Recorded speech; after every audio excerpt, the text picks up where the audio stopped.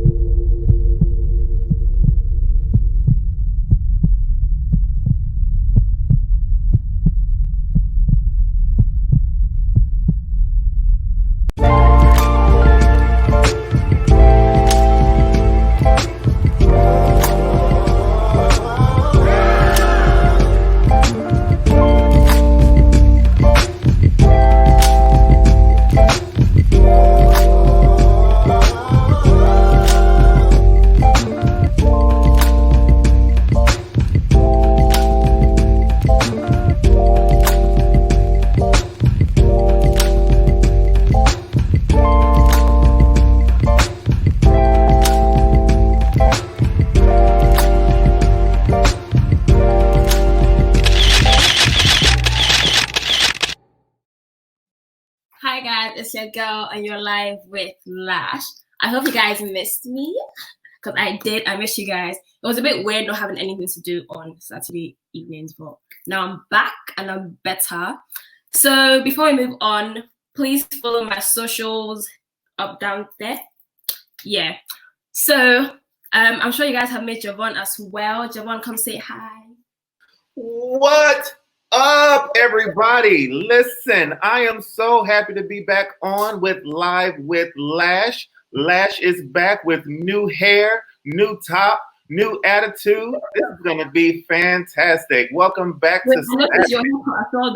Yes. You know, I wasn't going to let you go out there and do it all by yourself, Lash. Is that, I don't know what that means, but we'll do it all day. It's like a... But yeah. I hope everyone's having an amazing time. You know, continue signing petitions, continue raising awareness. The fight doesn't stop. So today we have another very exciting guest, one of my personal favorites. I've been following her for a time. I should not follow her. But anyways, yeah, let's get to it. Stephanie Coker is a Nigerian on-air personality and a television presenter for MTV Base Africa and Ebony Life TV.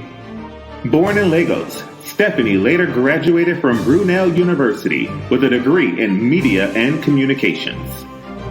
In 2010, Stephanie won the MTV Freedom Presenter Competition. That same year, she was commissioned by OHTV for her documentary work on young Nigerians called Christmas in Lagos. Stephanie is the winner of ELOY's TV Presenter of the Year and has been nominated as the Nigerian Broadcaster of the Year for the Nigerian Broadcasters Merit Awards. Hi, Stephanie. Hi. I am literally just doing like a story for this. How are you doing? Thanks for having me. How are you? This is like so different. I've never been on anything like this. I told you, it's not the normal, it's not your normal everyday show. This is Live with Lash. How is this gonna work? Okay, so let's tell everybody a bit about yourself. There's people watching right now commenting on the live comments, but we'll speak to them later. So right now, a little hello to everyone and hi guys. Hello guys, how are you guys doing? My name is Stephanie Coker. I'm a TV presenter and actress, and also a producer. So I worked with MTV Base. I hosted on The Voice Nigeria. I did another game show called I Love Nigeria, and I've done a couple acting gigs as well. I was on a very popular soap opera here in Nigeria called Tinsel and Hustle, and I'm actually going to be in a movie, but due to coronavirus, it's not coming out until the cinemas open. It's Toy Abraham's Alakada, The Fate of Alakada, yeah, in which I kind of like play myself. So I'm not really sure if that's acting, but yeah. And yeah, I have a 7-month-old daughter, and I actually did a kind of like a docu-series on YouTube about my pregnancy journey and conception and everything. And I'm also currently doing an IG live show called Hook Me Up, Steph. And it's basically an online dating show. What else? I mean, there's a lot to do. I don't want to bore you guys. I'm sure there's like Google and stuff. But yeah, what else? What's interesting about me today? I'm a Sagittarius. Wait, I have one important question. What don't you do? Because I can't remember at this point. Oh, okay. And I also have businesses. Yeah, I mean, I kind of suck at being an entrepreneur. I'm working on that. I don't like to lie. Like people like to be like, yeah, I own this business. I own a business, and right now I'm trying to rebrand and see if I actually want to do the business.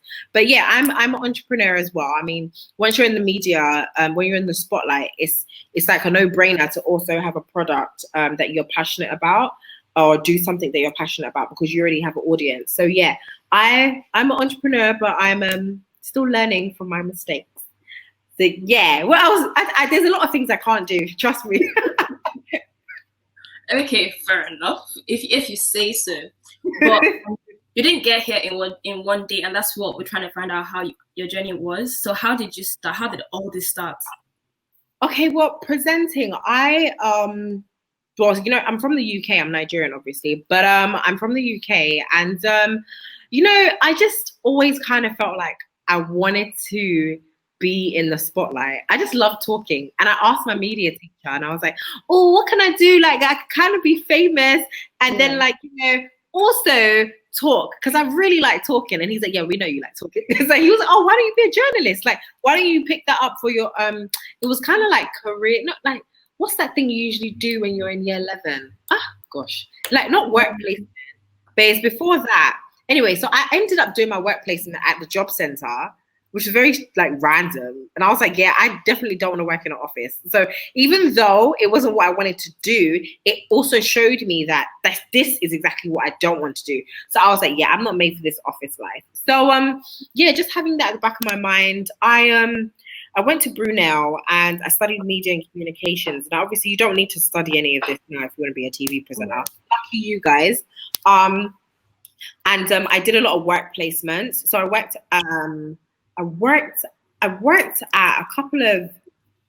at a PR media firm in Hammersmith. No, it was in Wembley.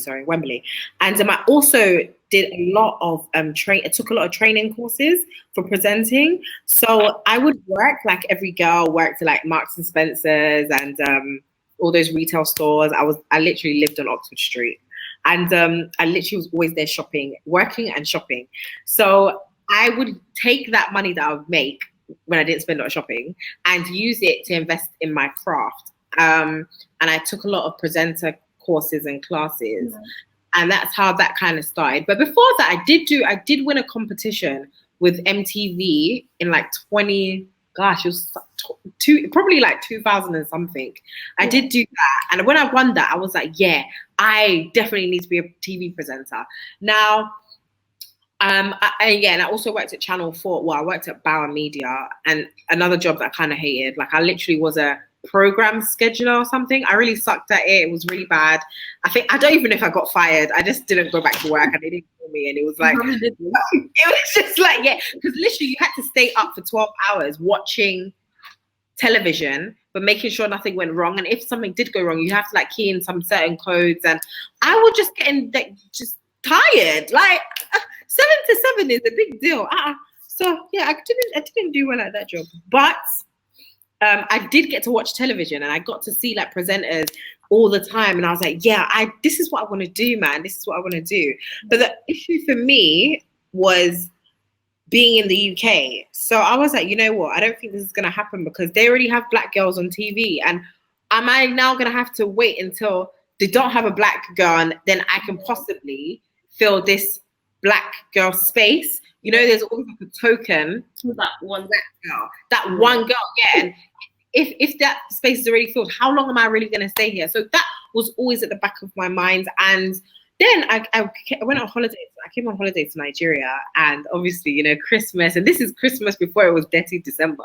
This 2004.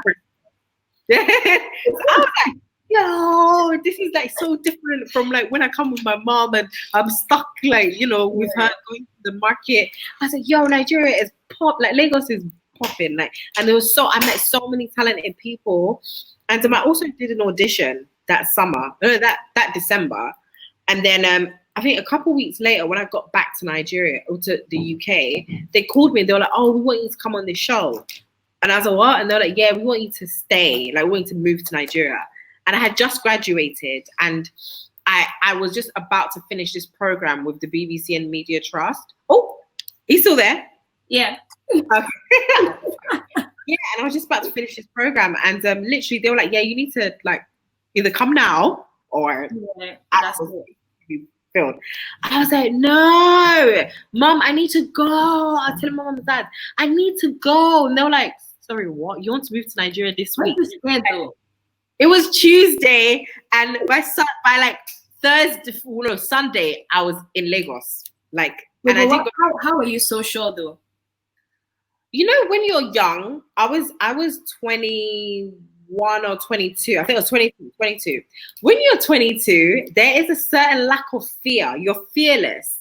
I was so fearless. Like, I felt like I could do anything. So I was like, move to Nigeria. Yeah, okay. I don't care. Leave my friends and family behind. Yeah. But then that's in my nature. I'm very adventurous.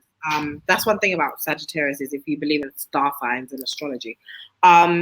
Is it astrology? Oh, no, it's not astrology. Anyway, but yeah, that's one thing. If you believe in star signs, Sagittarius star sign, they're very adventurous. They're very free-spirited. We don't like to be tied down. And I just was in that space where I was like, I want to travel. Like, I want to move.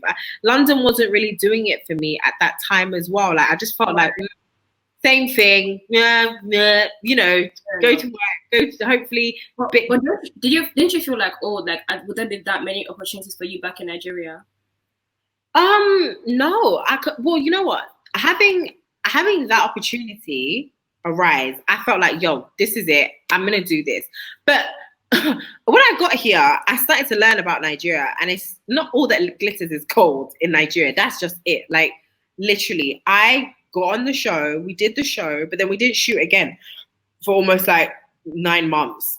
So imagine I was stuck in Nigeria and I didn't have a job, and I obviously didn't have money. Like, I'm 22. Like, how much savings could I possibly have by 22? So my mum literally gave me her, I will never forget, her Skybank card, and I do money in that. Yeah, I would just go out and eat, like, just be like, you know, catch taxis, all these, until the money finished. And she was like, yeah, you're on your own now. I was like, she's like, yeah, well, you could come back, or you're on your own. Like, what are you doing? Like, you don't have a job yet. So then I auditioned for a radio gig at a very popular radio station. Cut a long story short, the day of the audition, I did meet someone, a guy, and yeah, well, oh no, this is backwards. Anyway, but anyway, yeah, I did the audition.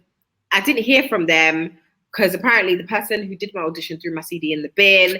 But then luckily my cousin knew somebody who worked at the station.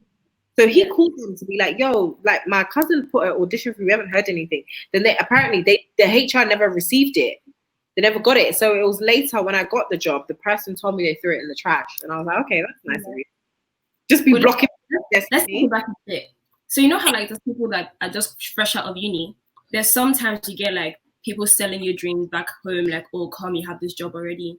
Like, what advice would you give to them? Because I know of people personally who've had that and then they've gone back and then nothing. Yeah. So I think I was very, I don't know if I was just like very happy-go-lucky. So I kind of like felt like, I mean, sometimes people aren't selling you dreams. They literally feel like this is going to happen. But Nigeria is just so, there's no structure, so things can really fall through really quickly. Yeah. But I would say make sure you have money, because the reason why I was able to stay was because I actually did have that money from my mum, you know? And that's what I kind of like try to tread carefully when I'm trying to talk to young women, because I know Lagos, I just say it as it is. Like, a lot of things that happen in Lagos, you know, people are with certain men, they're trying to get, you know, yeah, I can't say anything about it, but that's not the route I took. And I don't No table.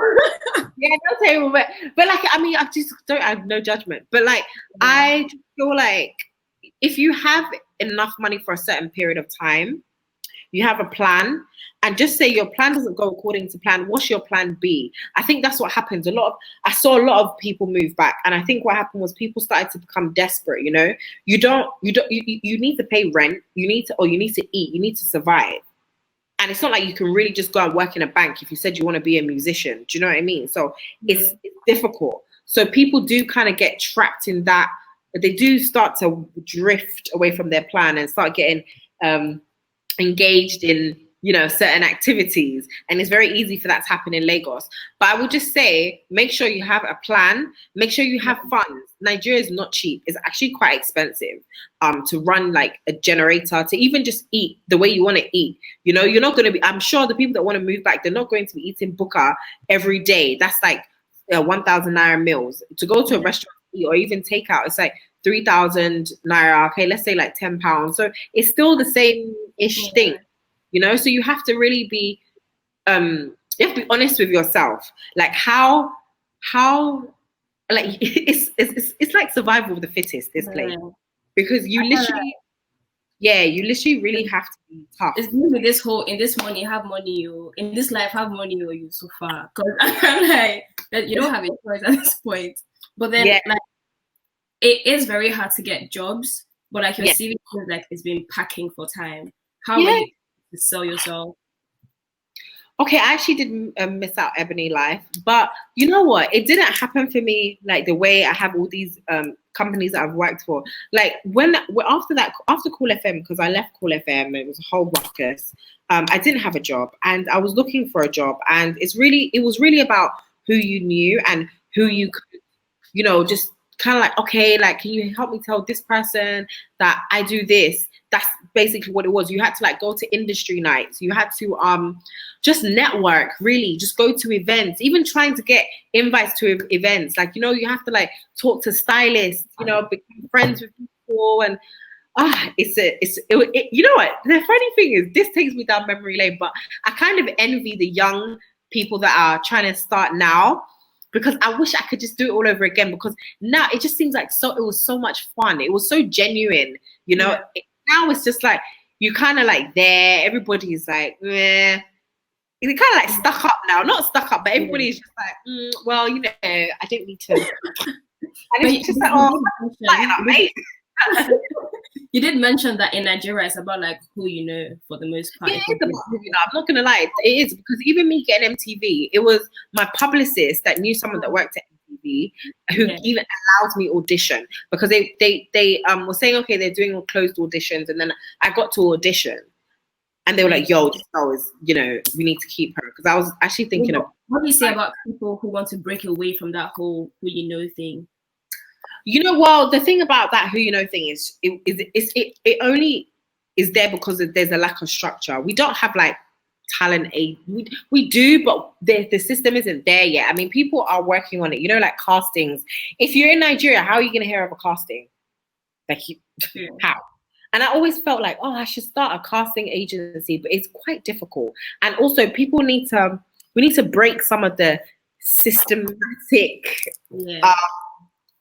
I don't know, issues that we have. We have a lot of issues in the entertainment industry. A lot of it is, you know, taking advantage of women and things like that, and colorism.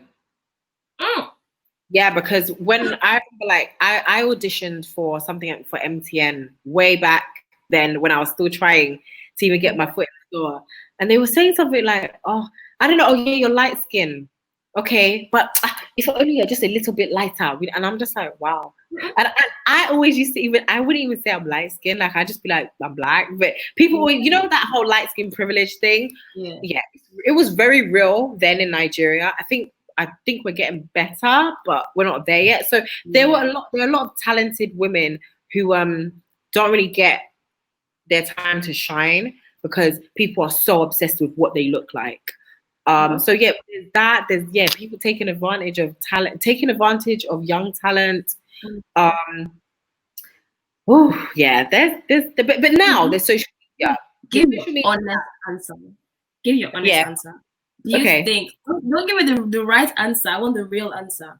Do you think that people who decide to break away from the stereotype of who you know rather than what you know, do you think that they're shooting themselves in the leg, or do you think take it? Who you know, then what? See, the thing is, if you're not talented, you're not gonna go that far.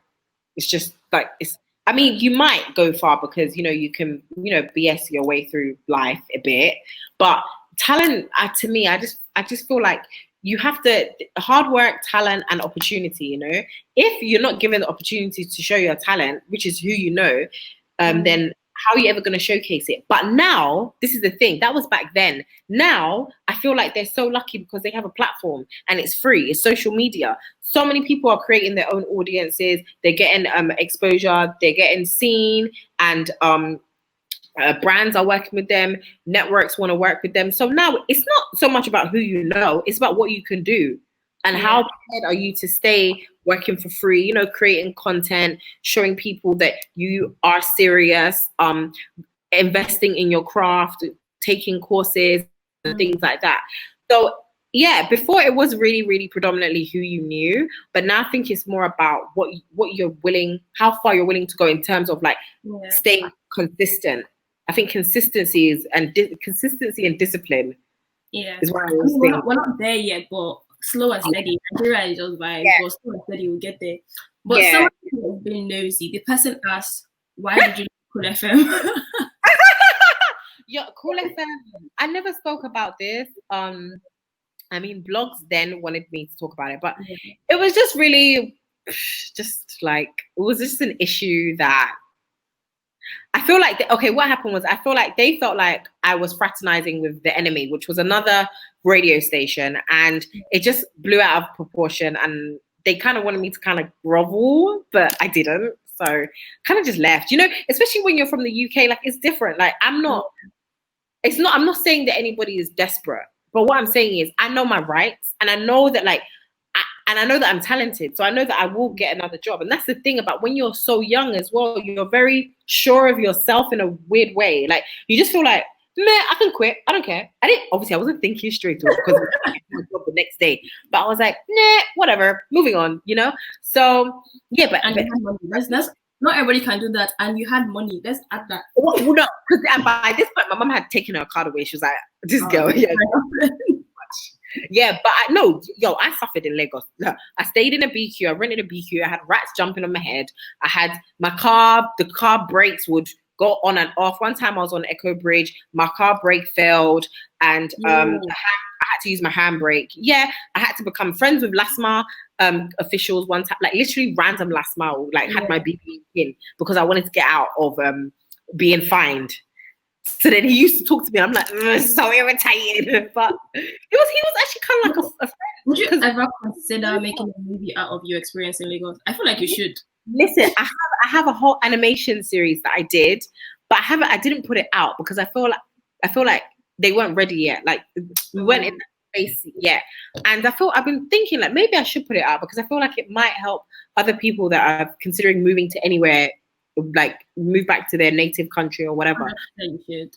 Yeah, because I have the male experiences as well, the heartbreak, Lagos heartbreak. There's nothing for me. I didn't even know all of this, but I told you to do it. Do it. The heartbreak in Lagos is you're ramen. You're ramen. Is it your ramen? I don't think. I don't want to think about it. But the heartbreak, I didn't bath for almost 2 days. As in, I was sitting in the bed in Lagos. You know what? Yeah. Let's take it back first before we go into the personal stuff. We're speaking about the career, all of that first.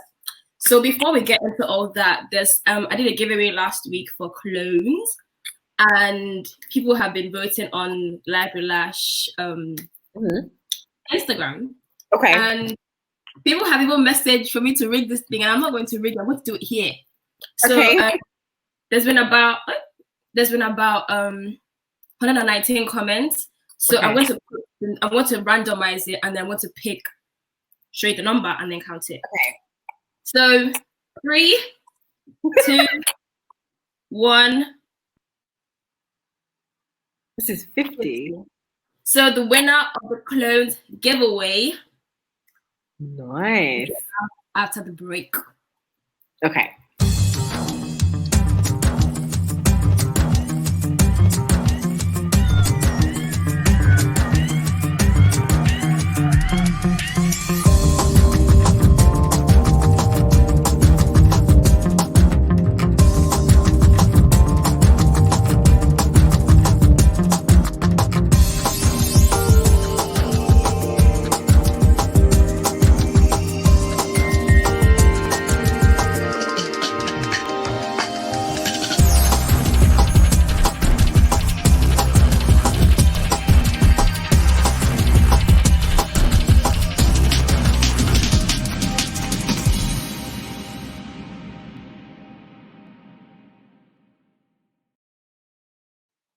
This is so exciting.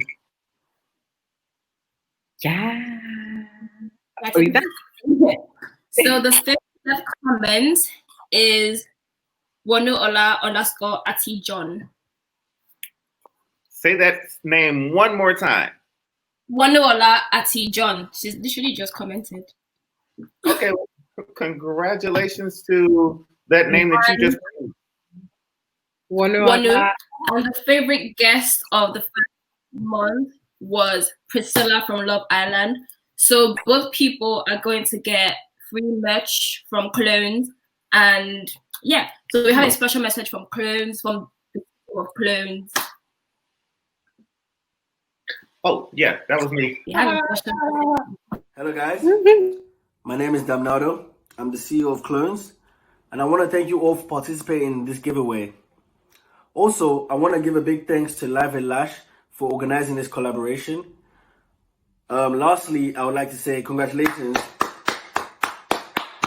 to all the winners. I hope you enjoyed the merch I've laid out for you. And I want to wish you guys a good day. God bless. Damnado out. Amen. So yeah. So now we're going to dig. So now we're going to deeper. Yeah. So tell us a bit about this Lagos heartbreak.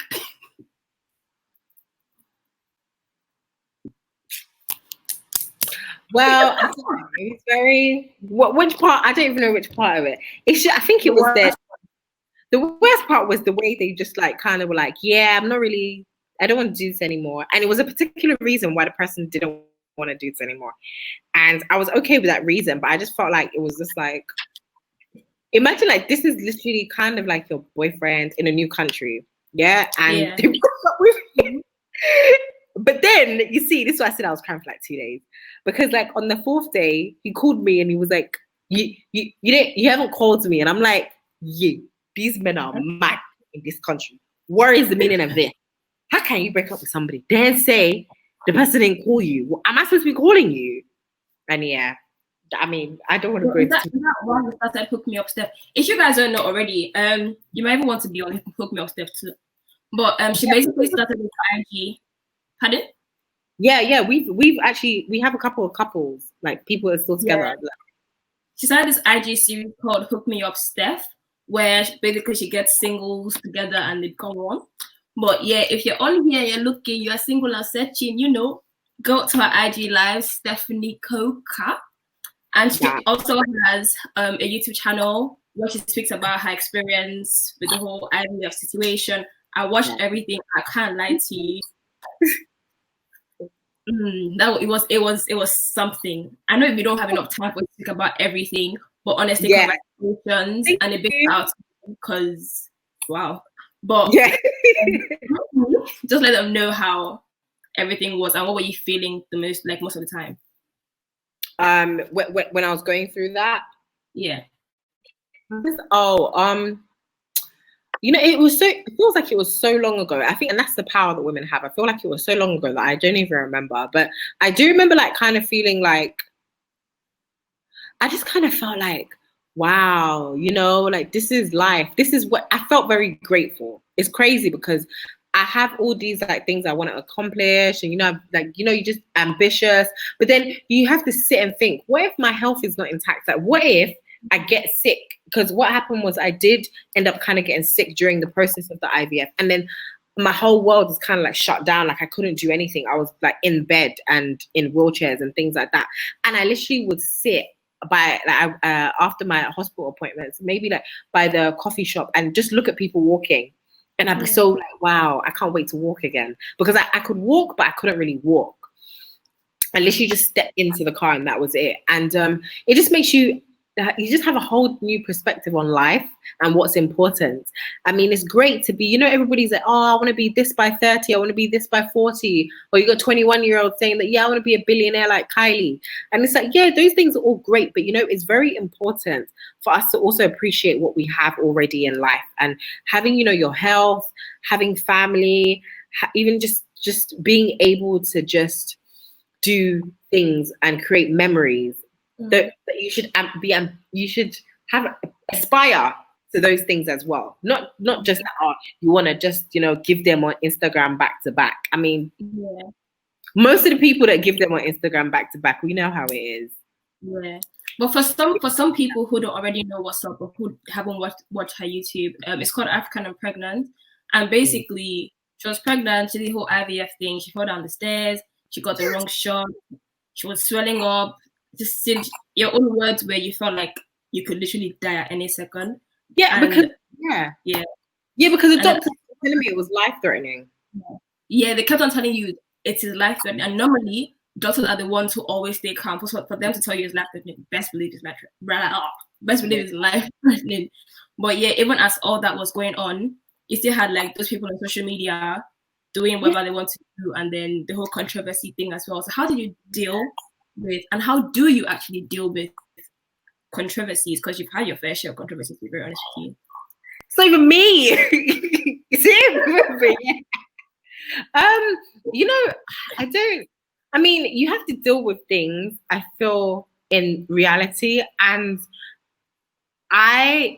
number one is like, what is happening in the real world? Like here, now, outside of social media. I cannot address social media if I don't know what's happening, or I haven't put all my ducks in a row offline. Do you know what I mean? And is it that important for me to address certain things? I mean, if it is, I will, but most of the time it's not. And a lot of things in Nigeria are very orchestrated. So the thing about it is, when people have certain things happen in Nigeria, sometimes it's coming from somewhere. And most of the time I actually know where a lot of stuff is coming from. You know, because once you're in the media eye, or if your partner is in the media eye, they will use that as a way to get at you or the person. So you have to just, I just kind of deal with it in a sense that I just kind of have to, first of all, make sure I'm surrounded by the right people. Well, I always am, so I'm lucky to have that. And then just really, just take each day as it comes. Like I think I kind of like zone out. So yeah, yeah, I literally, it's almost like I don't know if this is delusion, but it's almost like certain things are not happening. Yeah. It's needed sometimes though, because even with this whole thing that's going on now, people will come up to you and be like, oh, like, I'm sorry. And I'm just like, what? Sorry, what? And they're like, oh, no, nothing. I'm like, it's like, if I'm not telling you, if I'm not going along with what you're saying, then it doesn't exist, does it? But a lot of the things that happen in the media are they're escalated, they're exaggerated. And it's just like, at the end of the day, people in Nigeria are looking, I wouldn't say everybody, but I think people get excited about other people's downfalls, especially if, you know, you kind of like envy the person or their situation.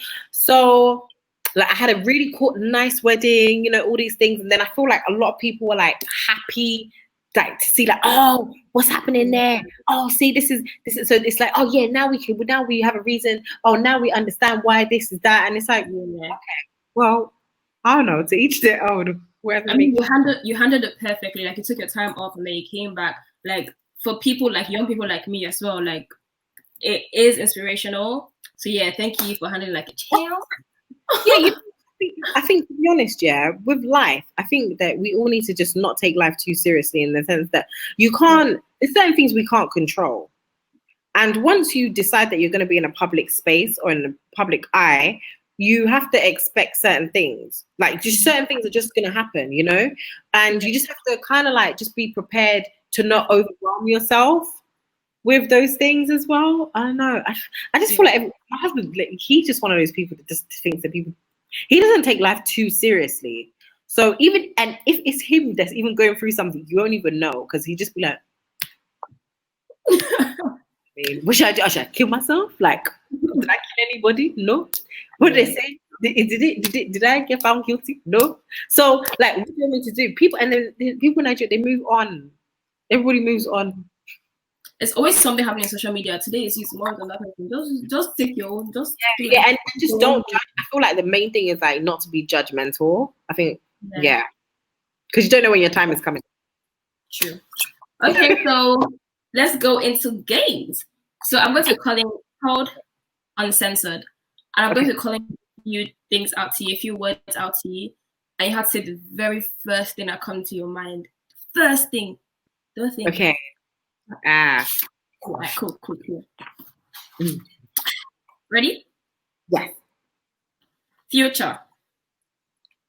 Present. Taking too long. Ready? Like instant. Nigeria. Okay. Love. Why? No, this is the first thing that came to my head. But I do love Nigeria. Like, yeah, I do. Okay. Crush. Oh. I don't have crushes. TikTok. Hate. It's too much for a while. It's too much work. Like there's so many platforms. Oh, it's too much. Well, you dropped the TikTok today. Fair enough. Yeah, but it's a love-hate relationship. Fair enough. Instablog. That's all. Uni. Good times. Secrets. None. Kids. Amazing. Oh, cute. Money. Vanity. Donald Trump. Oh. Growing up Nigerian. Interesting. I don't know what aspect of it, but it is interesting. IK. IK? Yeah, you walked with him, I swear. He's amazing. I love him. The best. Talented. I don't know. I want to say bliss. It's like it's passion. It's passionate. It's I don't even know. It's such a do you know how amazing it is, yeah? To be married, yeah. I'm not married. I know. But the thing is, yeah, to love someone and for them to get on your nerves, but to still love them, and for you and vice versa, but to really be married to somebody that you fully understand their bad sides, their good sides, but you still love them unconditionally, it's so beautiful. Like being married, like I just feel like I have someone that's always in my corner, that's always, you know, trying to make me a better version of myself. It's so crazy. Like when I want to be lazy, he'll be like, no, get up, go and do it. What's wrong with you? Why do you think you can't do it? And I'm like, oh, I can't bother. Even like, oh, I can't bother to put on makeup. Well, you need to, because don't you have to go and film? Go and film. I beg. Wasn't it? Just keep pushing. Yes. You know, like, go and do it. You know, he's always pushing me and I'm always pushing him as well. And it's just so good to have that synergy with another human being. Yeah, and I just really love my husband. Crying in the club. But I'm let you know that I said one word. I would say obsessed. Okay. Regrets. Thinking too hard. I know you said, yeah, I don't know. Regrets. You know, I talk too much, so I don't know how to do this one word. Learn. Overthinking. Overthinking. Yeah. Okay. Childhood. Ooh, fun time. 2020. Ugh, crazy. Ghetto. But yeah, so let's quickly go through fan mail. We're already over time, but I really enjoyed myself today. And of course, we're going to be over time because we have such an amazing guest today. But we're going to bring up some of the comments that were really, really special today. First of all, we say one of our favorite viewers loves Miss Stephanie Coker. Some people definitely have been following your pregnancy journey on YouTube. We have some people that are Sagittarius. Of course, the most important sign is Cancer because my birthday is July 4th and I'm a Cancer. October 4th. October, that's in the neighborhood.